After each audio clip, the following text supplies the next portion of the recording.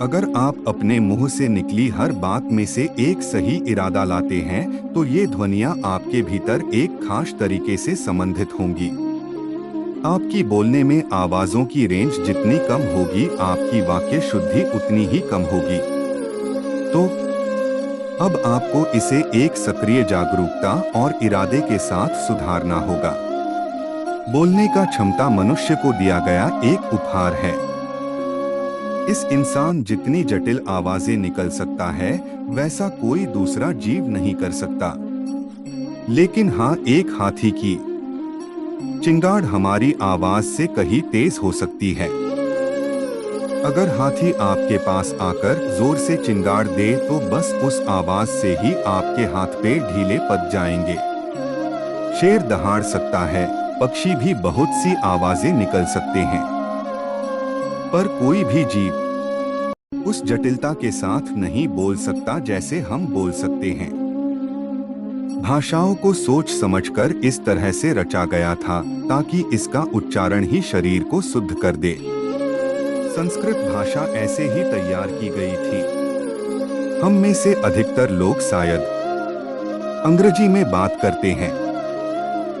सारी भाषाओं में से जरूरी नहीं कि सारी भाषा भारतीय भाषाओं या देशी बोलियों की तुलना में स्पेनिश या लैटिन या चीनी भाषा के तुलना में अंग्रेजी भाषा में ध्वनियों का विस्तार काफी कम है, बहुत ही कम। यह फर्क है कि अगर आप जन्म से केवल अंग्रेजी ही बोल रहे हैं, तो आपको कोई दूसरा मंत्र या कोई दूसरी भाषा बोलना इतना मुश्किल लगता है, क्योंकि आप वाणी के एक सीमित रेंज को इस्तेमाल कर रहे हैं। तो आपके बोलने में आवाजों की रेंज जितनी कम होगी, आपकी वाक्य शुद्धि उतनी ही कम होगी।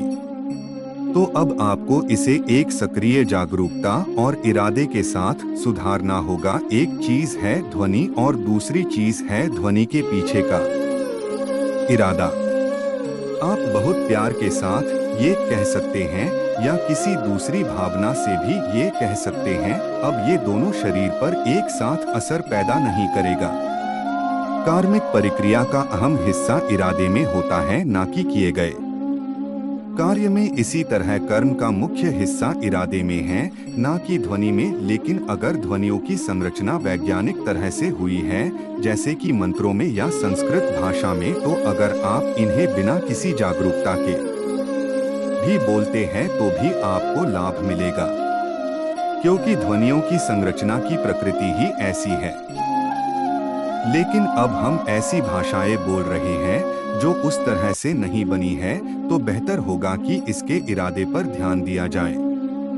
मेरे ख्याल से इसके पहले मैं आपको कई बार आपको एक महिला के बारे में बताया है, जो दूसरे विश्व युद्ध में बंदिश से बाहर निकली और तब उसने इस संकल्प लिया कि अगर मैं अब किसी से कुछ कहूंगी और ये मेरे अंतिम शब्द हो, ऐसा हो सकते हैं। अगर इस व्यक्ति को कहे ये मेरे अंतिम शब्द होने वाले हैं, तो मैं कैसे बात करूंगा? मैं हर किसी से सिर्फ उसी तरह से बात करूंगा। यह आपके वाक्य शुद्धि करने का सबसे आसान तरीका है। वाक्य शुद्धि का मतलब है अपने मुंह से निकली हुई ध्वनियों को शुद्ध करना, ध्वनियों के प्रति जागरूक होना, ध्वनियों के विज्ञान या हमारे ऊपर पड़ने वाले इनके असर के प्रति जागरूक होना और इस तक कैसे पहुँचे, यह एक अद्भुत चीज है। इसकी समझ एक जीवन काल में नहीं आने वाली। यह नाधी योग है, इसमें बहुत मशक्कत लगती है, तो उसके लिए नाधी योग करने के लिए आपके पास एक मंत्र है।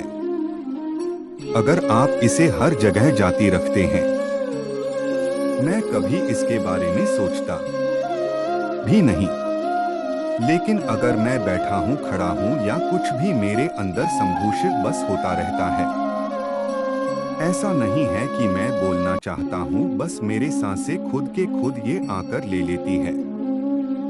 इस तरह से आप भी इसे अपने जीवन में ला सकते हैं। बहुत से लोग ने अपनी बातचीत में गंदे शब्दों का इस्तेमाल करना सीख लिया है, या इन दिनों खासकर मैं देख रहा हूँ कि